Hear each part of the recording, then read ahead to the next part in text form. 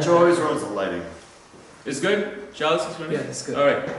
So, thank you everybody for coming. This is our first edition of Covellite Institute and Film Club.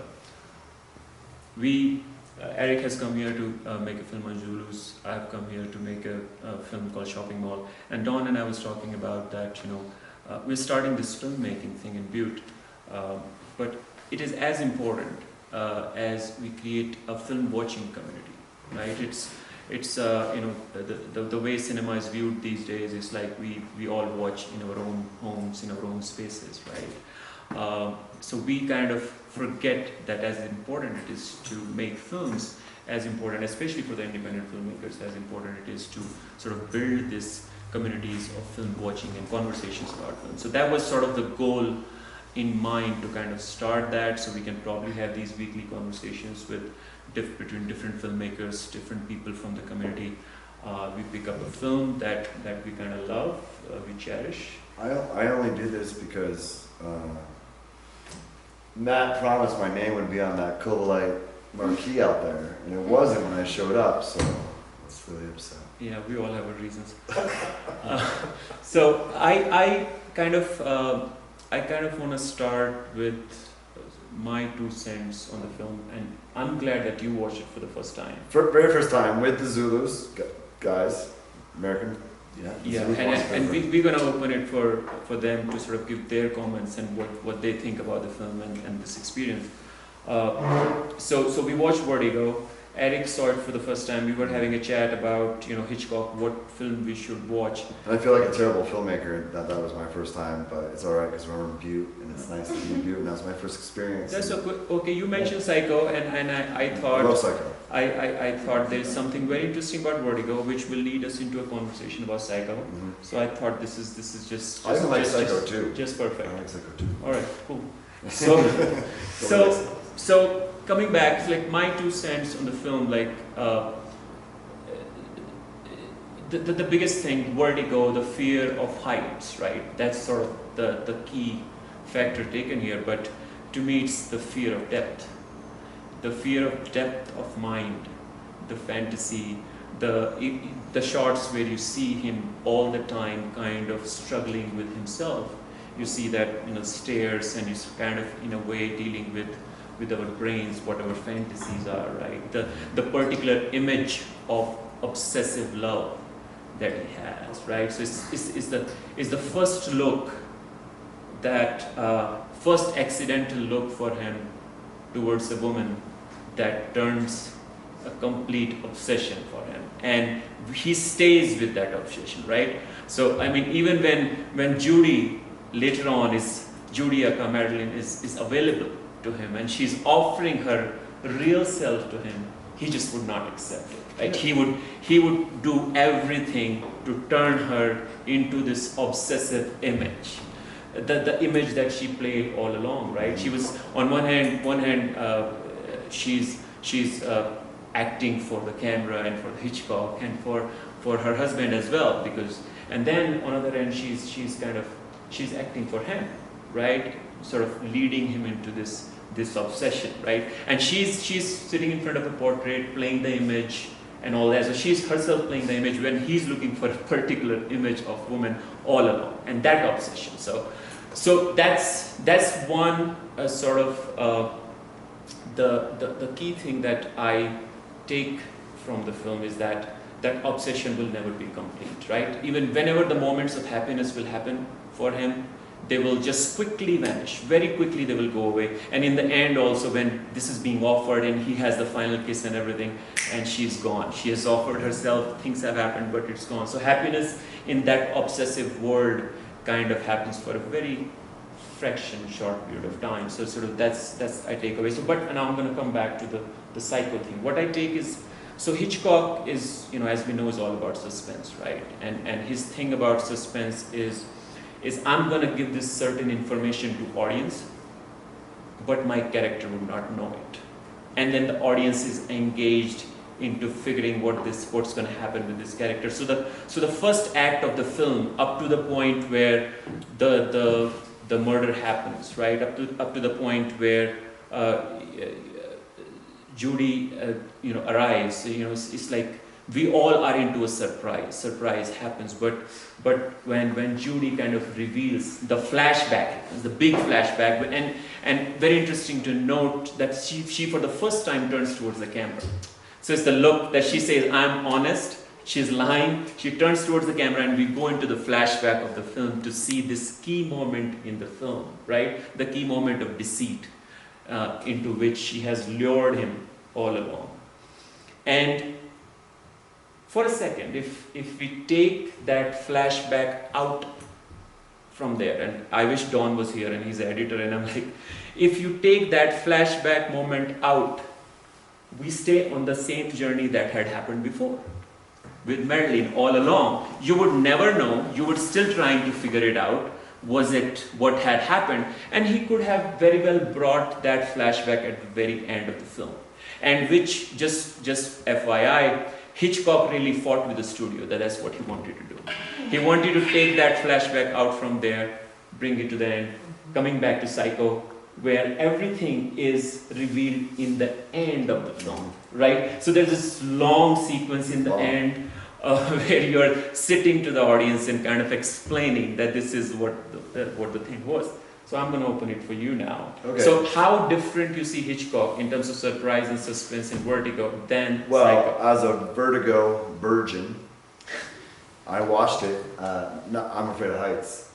I'm definitely afraid of heights, and filming some of the buildings here and going up too high in the IRBC or whatever, I go, or on the top of the roof, I get really, my legs start to shake and I have to walk to the wall. So I thought this whole movie was going to just make me really want to vomit. Like just looking at the opening shots where he's on this police chase and everything, I thought the whole film was going to be like that. And I didn't know that it turns into this love story. So, I suffer from vertigo and dizziness. And this film is about dizziness of the heart and this erotic obsession. So the lead, John, or they also call him Scotty in the film, he's suffering from he's almost like a Facebook stalker.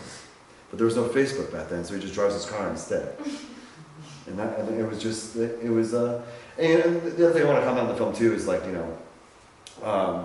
was just, with 4K and HD and everything that's going on, it was just so beautiful looking. The colors and everything just popped. And that's when I'm like, oh, 4K and HD to me, or HD's okay, but 4K is a gimmick. Where you had this beautiful film and the movie the colors just looked amazing. They did, and he uses colors all over. Oh my God. I mean, I know the restaurant, was it Japanese? The restaurant with the red velvet, on the walls. Right, the Ernie's, the very first one. Every time I see that, I was just boom, it just popped. It's Right, so good, it's right. very romantic with the red color. Right. Red and black, which is my favorite color scheme, red and black. But even in the expressionist kind of a sequences, when after Madeline has died and we see his first dream sequence, you see the whole color palette, and he just plays all along with that and with the lines and everything, which is typical Hitchcock. Even his title sequences and his lines and all things. I mean, he usually. I related to that character a lot, John Scotty, because I would probably go after women that try to jump off bridges a lot as well. So I related very well to the main character. Right. The aspect of a beautiful woman who's just crazy. Wow, I mean, interesting you say that, but because it seems like Scotty is crazy. I mean, yeah. Well, he's just, he's crazy because it's never possible I don't with think him, a person like him. With him, it's not about who they are. It's about it's just the cover, the look. Right. He's just looking at the outside and not who the actual human being is. Okay, but coming back to the original question. So the question is how different you see Hitchcock in Vertigo than in Psycho, and what it would have meant for you if this particular flashback was taken from there and put in the end of the film. I think with Psycho, I'm a big horror fan. I just like the music in this is beautiful, and I grew up. It's the same Werner Herrmann. Right, but I think in a way it's a lot different because Psycho was very simple. The music was very the Ramones is a 3-chord band, and then Psycho was just going like this, and you heard that. This was very romantic, where you're swinging to the beat versus just going like this. which is like that, the knife and the fucking. Oh, sorry. In No, the shower. it's that Okay. words are allowed. Fuck. Yeah, okay. Go like this. And that's why I liked the score in this. It was very different from Psycho, and that's what intrigued me. The music first intrigues me a lot. If you have a beautiful score, I'm in. Right. I'm sucked in by the music. Obviously, the color. You know what I noticed is the only frame in the movie that was black and white was the opening Paramount frame, and the rest of the movie was in Technicolor. Right. I mean, the title sequence runs for a bit in black and white. Does it? Yeah. Are we sure? I mean, yeah. Can you play it again? Yes, you can. No. It opens from the face and it goes to the eye and then in eye. So two times you see. Again, I'm going to come back to talking about eye and the look and all that, right? Two times in the title sequence you will see the title Vertigo coming in the eye and then the directed by Hitchcock coming to the eye. So he's kind of constantly making that reference. Again through the look, through images, how we sort of construct. This obsession and all that. I think this film is definitely longer paced. Like it just slow, and then it just starts getting wild. And the whole dream sequence, it was like a LSD trip or something. And I was like, what is going on? And I've always read reviews. I've never actually seen the film. This is my first time, but I always read reviews of the third act just because it was a little more mental than the rest of the movie. Yeah. I don't know. It kind of made like parts of it. Versus Psycho, he's obsessed, but he feels more in love. Like he just wants to know who this woman is. Would you have wanted that she die, or if you had an option as a filmmaker, would you save her? Oh, of course, yeah, save the woman. Yeah, happy ending all the way around. Yeah, right. Yeah. Okay, maybe that's why he was hated. I'll open to the audience for anybody have questions or Zulus. comments about. The film, yeah. Wait, give me a second. I think you're right about, that I didn't realize that question about whether to put that open up scene at the end or the middle. Yeah. And you asked if you want to see it there or later, but what about when she turned and the camera and that look on her face, you knew who she was. Are you going to leave that and then move that? No, we could have cut. I mean, that's easy to cut it before that. So, but you take out the turn face and the dream sequence, then it's a straight line. You still don't know who she is. Exactly. For sure, you think she knows who she is, but you don't know. But if you still have that face without the dream sense, it doesn't change the movie at all. I don't think the dream sense kind of solids it in that that's who she is. But that look on her face. You knew she was, because she was acting before that. She was a different person, different sound. She was a different, visually, hearing-wise, talking. Everything about her was different. But when she looked at the camera before that dream sequence, you knew who she was and what had happened. I think. Yeah. No. So that's what I'm getting at. So this is what Hitchcock is, right? In terms of what information I'm going to give you, the audience, right? So if obviously he would have taken, if that flashback was going to go, that head turn was also going to go, because the question is, I'm not going to inform my audience that this character has anything to do with what has happened. I'm going to leave it as, okay, he has now found another obsession. Which he's going to lead into without knowing. So now Scotty wouldn't know, audience wouldn't know either, like they didn't know. But he, just by giving you that information, he takes you in a different suspense experience, which is, okay, you know what has happened. Now see this third act with your knowledge that you know, but Scotty doesn't know. So you're trying to figure out what the hell is going to happen to this man. What is she doing with that information? Because the experience completely is going to change for you. You know what I mean? This information has completely changed. Yeah, the movie does. Exactly. It does hinge on that. It changes on that conclusion. Yes. You're right. I agree. Yeah. I have a question. Yeah. And maybe some of the women in the audience can answer this. But from what I read about Hitchcock and documentaries, he tried to control women. He feared women. And in this movie, his depiction of women are always like, maybe they're kind of like the enemy. They're not the hero in the film. And Carson or Brittany or anyone, like what he's showing on screen is there some kind of, I mean, other films too, like I agree with you. Let's open it to the Yeah. audience, and I'll come to that because there's a lot about that. Because Hitchcock when it has comes to Hitchcock. had a problem with women in his I own could life. see that throughout the Yeah. entire thing. The main thing when he was saving her life, instead of grabbing her any other way, it was by the boobs. It was by the Well, what? I noticed that. He grabbed her by the boobs, as if they're flotation devices. I'm sorry. All right. Dude. All right. Well, if you look at it, I mean, it's very fascinating because it's kind of a gothic, it's a romantic gothic story where you have a detective who falls in love with a suicidal cipher. I mean, initially, who's playing a role. We only know that later. But it's that classic, almost a cult, you know. I mean, he's fallen in love with the underworld, like you were saying. I think at the very beginning, you know, he, in order to find something out about himself, whether he does or not. And I agree with you. For the first time, this is the second time I've seen this film, and I think it's more about his madness. It's clearly about his madness, and revealing some dissonance. Because here you have, you know, you have Midge, you know, who's a sort of sister, sort of Nancy Drew figure. Yeah. But that's, you know, his romance is with something else. It's with his unconscious. Right.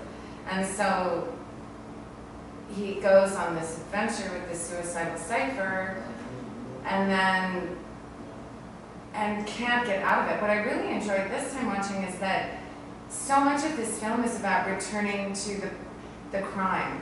It's all about having to go back to the place of, you know, where something happened. I mean, Right. classic Right.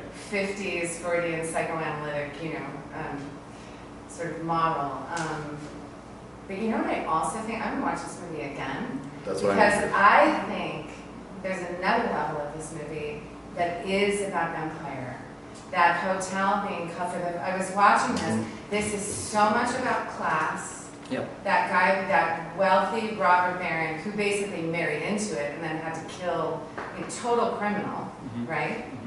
And this amazing city on the hill, classic American image of the city on the hill, and this seedy hotel that's called the Empire Hotel, where all this crazy confluence comes together of sort of forcing, what does he say at the end? I couldn't get to the top. I couldn't get to the top. Right. You know, so I don't know. I need Which is also in a saying, I I need couldn't to get to the unpack bottom. that Yeah. at some point. Yeah. But no, that was really fun to watch it again. I'm glad you mentioned, you know, sort of terms like psychoanalysis, because I mean Hitchcock is known for dealing with Freudian symbols and psychoanalysis and all that. And like Hitchcock, Freud is also kind of hated. I mean, he's said that he hated women and he controlled women and he couldn't handle them. And the same was said for Hitchcock. So I mean, I don't know how to comment on that, but you know, just what text tells us. I mean, it tells us that there is that Mitch character also there, right? It's like the motherly figure and all that. So he definitely is playing in these sort of duality of characters. So there is this Madonna, there is this whore character, and there is this sort of deep fantasy of how I want those to be fulfilled, and then obsession with that, and just gonna keep flying with that obsession. So no, I mean there are several readings of it. I mean that's why Vertigo is probably considered the best film ever, is that you can go every time back to it, and I don't know how many things you're gonna find. That's what always makes a great movie. You go back, and Yeah. revisit, and then show it to your friends, and start pointing out things, and you meet someone, and you point it out together. Those are the greatest films. Last thing, so you already knew that lady is the same lady. Yes. I mean, if you notice that when he's kissing her, you also see he kisses, and then he kind of comes back as a realization that, oh, even the kiss is the same, right? I mean, you see that moment happening, but then he, you know, the main for the audience, like the big reveal is the cut from the necklace on her to the necklace in the portrait. So And straight reveal that, yes, so he realizes at that time that she's the one. And then from that point onwards, it's for the very first time in the film. Now he's acting for her. What she was doing all along playing him, he's playing her from that moment on until the very end, because she's unaware that he has got to know that she was meddling. The other question, earlier the guy was saying, referring to the other guy with the conspiracy, it was like he. How did he know that it was he, not she? And the last question would be, why the lady at the end killed herself? Okay, so the first is like, he obviously knows. I mean, he was hired by her How did he husband. know that it was a guy who had the lady? Well, it was obvious because he hired the Gavin Elster hired him to do the job, and obviously it was very obvious that he hired him so that he can get the property by showing that his wife is skilled, and she was all along playing the wife. And there's also a conversation later when he meets Judy that, okay, did he pay you? What did he give you? Did he give you the necklace? She says, I accepted. So that's that. Second, that's very interesting that you say that in the end, why she killed herself. So that's an open to interpretation. I would never very concretely say that she killed herself, or was it just an accident. So I'm not gonna, I don't know, it's for everybody to interpret, because the word accident is very interesting with the film. Judy repeats many times, you probably it was not you, you shouldn't have been the one, but it was by accident that you land into it. I was going to do this job, right? I was hired to do this job, but it was an accident that it happened to you. And then it was an accident that I fell in love with you. That also plays along. So I don't know, in the end, she dies, it's an accident, or she killed herself. That's for all of us to read and figure it out, probably. What was your favorite moment of the movie?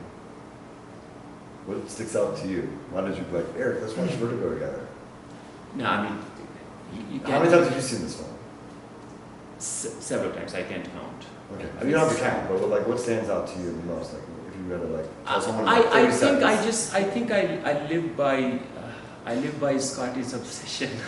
I think that's a very What obsession? Scotty's obsession is a very real phenomena to me as a human being. I think we all fall into that trap, and there is a very real possibility of kind of flying with that trap and screwing up everything. And I have done that in life, and I continue to do so. I think there's more of that today than ever. Yeah. Because we can just sit there with our phones and be like, hey. Like with social media and everything, there's more, you can obsess over someone, over a photo. You don't even know how the person talks or perceives themselves. You can That's just, of Yeah. images, and he's Yeah. falling in love with the image of this Yeah. woman with the blonde hair who drives the car, and he wants to follow her car. Yeah, I think you're right. To me, two things speaks most in Vertigo. Is like, one is that obsession is not just like something deep, hidden, unreal phenomena. That is probably a real phenomenon. That can happen. That can completely capture us, and we can not just screw our lives, but other people's life following it. That's one. And second is what I think Vertigo very clearly says, that even if you achieve that obsession, that obsessive love, it's a very short-lived moment. It's that happiness of that moment is very, very short-lived, and it's going to go away. It might not last forever. Forget forever. I mean, it's just Forget forever? Forget forever. Because- Just imagine the simple moments where like she's holding the coffee, he's giving her hand, both hands are there, and there's a phone ringing. Right. I mean, it's just like Hitchcock is like throughout the film, like so many. He's just playing along with that all along, right? That the except for the kisses, they were pretty long ones, but that's pretty much all you're gonna get. So no, I think that speaks most to me. That it's what real love you would find, and how you're gonna define that, and how you're gonna capture that, and how you relate to that obsessive, passionate love is, I guess that question that Vertigo leaves in that is just most poignant to me, I think.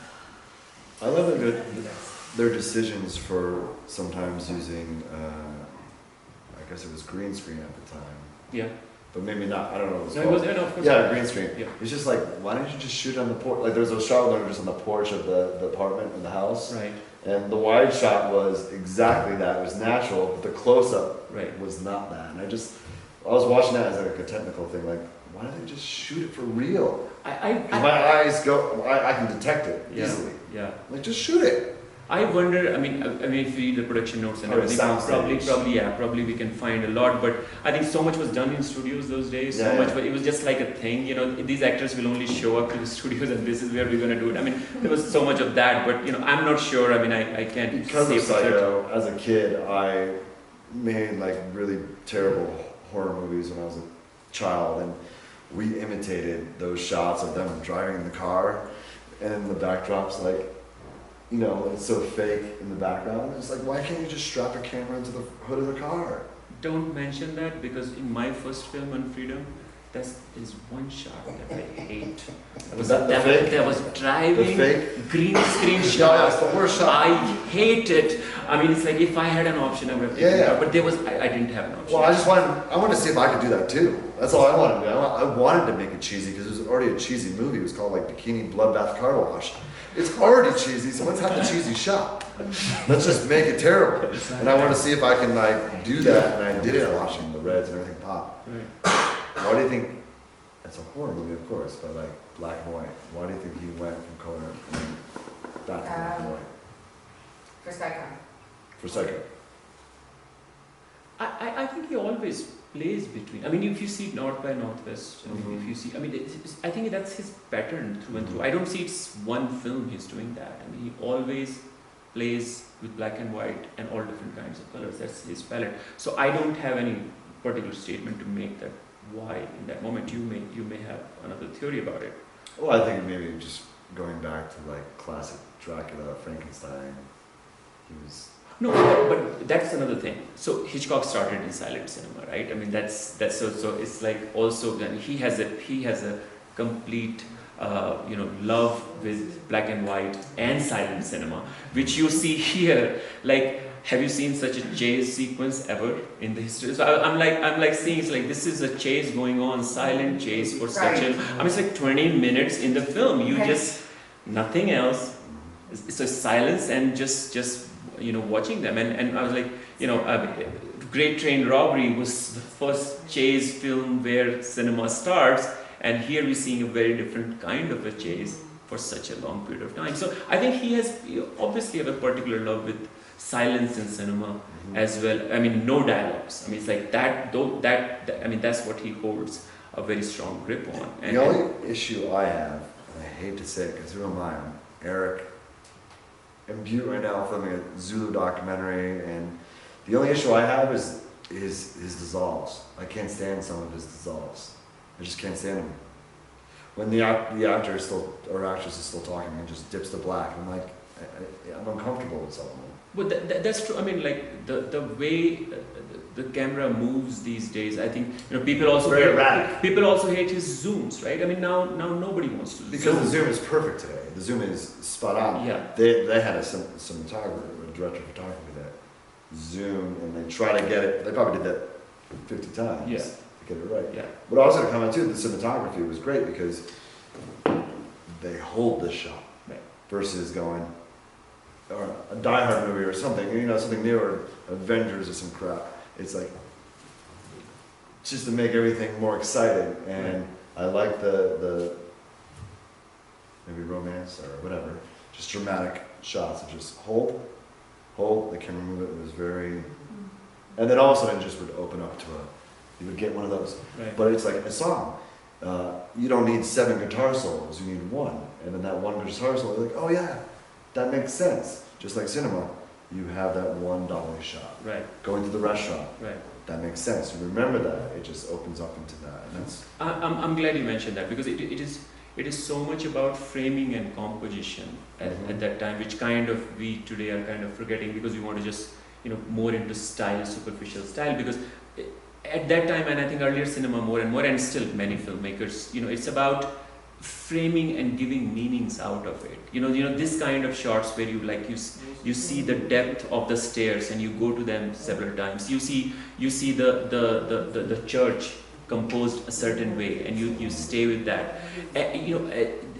I think giving meanings. You see shots where here is Elster. In center is Madeline, certain image of Madeline, and these triangles that you form with the characters standing, and he just kind of holds to give those meaning. I think we're kind of forgetting that in today's cinema, and it's very interesting that you mentioned. It's like I still one of the key moments in the film, like the first look obsession, right, when he sees her for the first time. It's so interesting that he holds it on him. He could have very well taken the point, and he's looking at Madeline at this point of time, right? Scott is looking at Madeline. He could have very well taken the point of view straight from there, because he takes the point of view all along. I mean, he comes back to do the point of view on her from but he doesn't do that. He's looking at he's looking at Scotty. He comes back and to the audience POV and first give audience Madeline.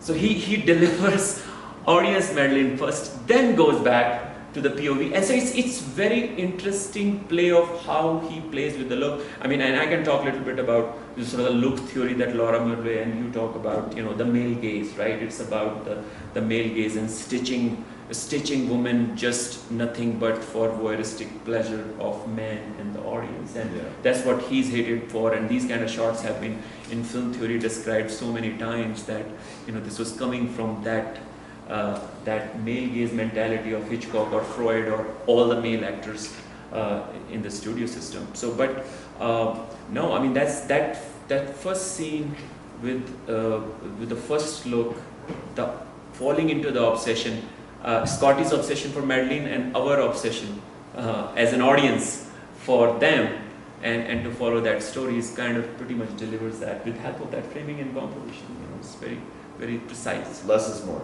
Yeah. You don't have to go like this the whole time. No, you don't. Unless you're watching Star Trek. Star Trek? Not the old ones. The old ones were very. The new ones are. Yeah, I miss that. It just, you know, I love those shots. It's like almost you go back. It's like, all right, I had enough of this earthquake cinema. Right. Let's go back to like the greats and just see that static shot. Okay, now I'm going to cut it short. 2 more questions, right? One is, why do you make movies? Let's start from there, and then we'll talk a little bit about it.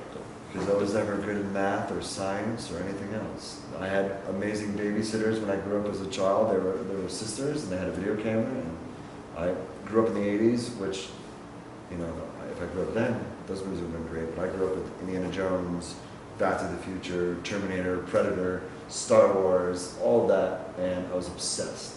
That was my internet. That was my gratification. Like, just to see those things, and I needed to do it. So every time my mom and dad went out on a date, I had a babysitter that came over with a video camera, and I said, "Here's my script, we're ready to go." And that was our babysitting. Was making home movies. And my first home movie was called Robo Chop, because he chopped people up. Obviously, there's a big RoboCop fan. Robo Chop. So I grew into that, and I just wanted to make movies because movies to me just was my entertainment. Was it continuous, or did you get a new job? My entire life. I've never stopped. Never stopped. Never stopped. And was broke for many years trying to do this. And, you know, mom and dad going, maybe you should work at the post office. I was like, no. I'm going to keep doing this, and I'll be broke. My teeth will fall out because I have cavities. I don't care. I'm going to keep doing this. And then eventually I moved to Hollywood, which gave me more of an opportunity because I had to go there to do what I want to do. And now it's more, I think, with documentary filmmaking, I've got away from scripted going. Even if I wrote a script, someone would say it, and I would like not fall in love with it. If I could sit here and film Spo or Dark or my Weird Paul, my last documentary, they say it and it feels natural and it's from the heart. And that's what I love about it. It's not written on paper. They're not reading a script I'm giving to them. And I would love just, you know, piece that puzzle together. It's a puzzle. I was really good at puzzles too as a kid. So the babysitters, we did movies and we did puzzles. So now I'm combining those movies and puzzles together. And I'm having a really good time. What about you? put on the stand.